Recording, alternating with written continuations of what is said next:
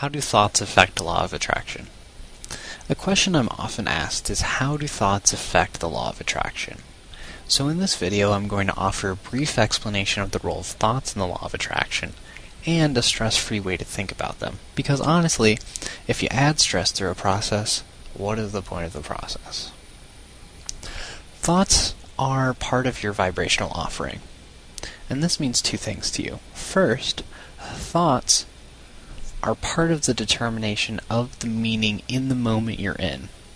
For instance, it's extremely hard to take anything you think is really stupid seriously.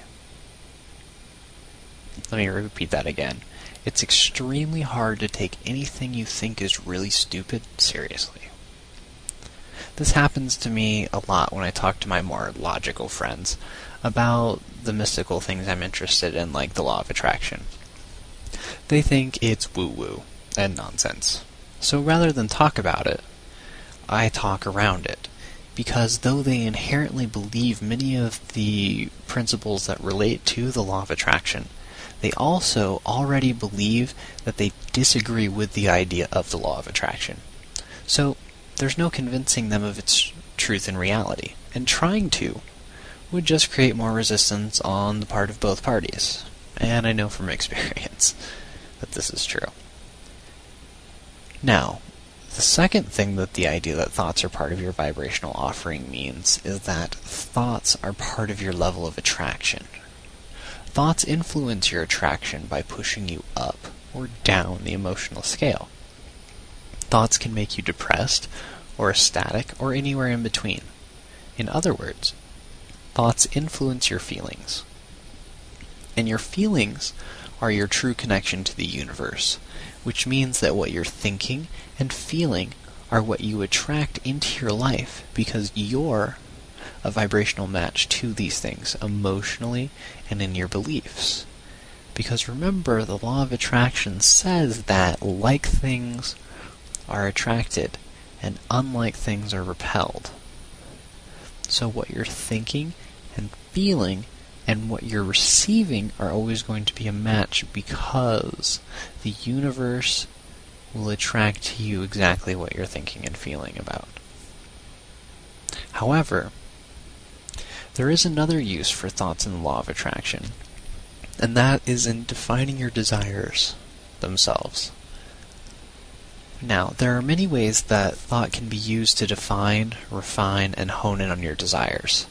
The most relevant for many people new to the law of attraction, however, is the way that thinking about negative experiences allows one to define what they want via contrast with what they don't want. Now, this is a lot simpler than it sounds. If you have a bad date because your date is obsessed with telling you why your gender is offensive, or they're racist, or they're abusive, then you know what you don't like.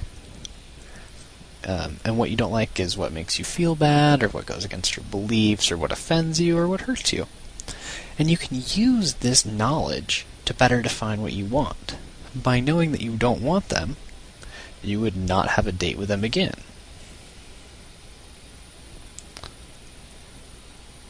However, do not use this process to wallow in what you don't want. That's the exact opposite of the purpose of this.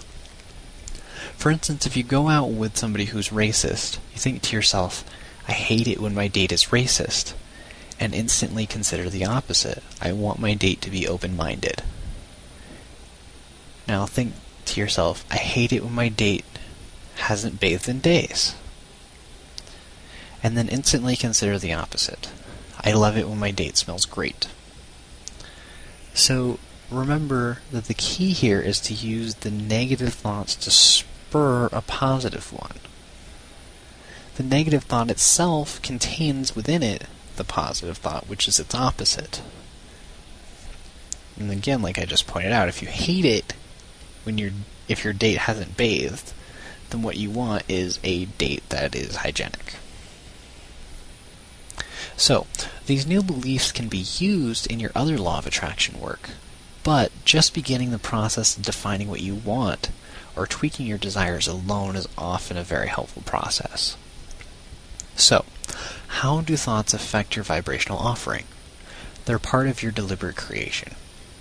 thoughts or beliefs, are the reasons why you can feel how you do.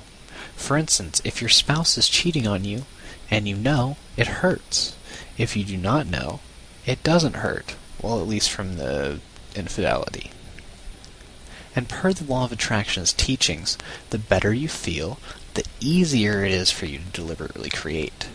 So, the thoughts you think are incredibly important as they are the root basis for how you live in the world, how you feel, and how well you are able to attract what you want into your life.